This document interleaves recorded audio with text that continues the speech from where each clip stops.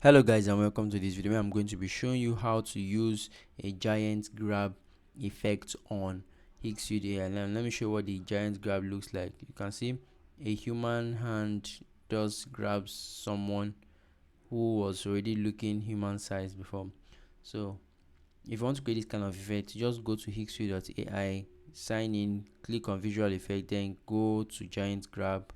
Then you can actually click on any of them if you like them or you want to recreate that exact video, or you can create your own by clicking on generate.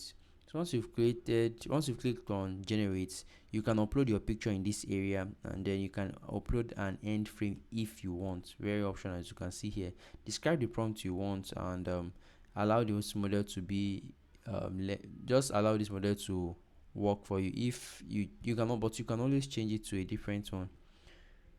So once this is settled, you can click on generate, and your video will be generated within the next 5 to 10 minutes. And once you're done, click on download, and your video will be downloaded to your system, and you can use it for your projects. So that's it, guys. Let me know what you think about it in the comment section. I'll see you guys in the next video.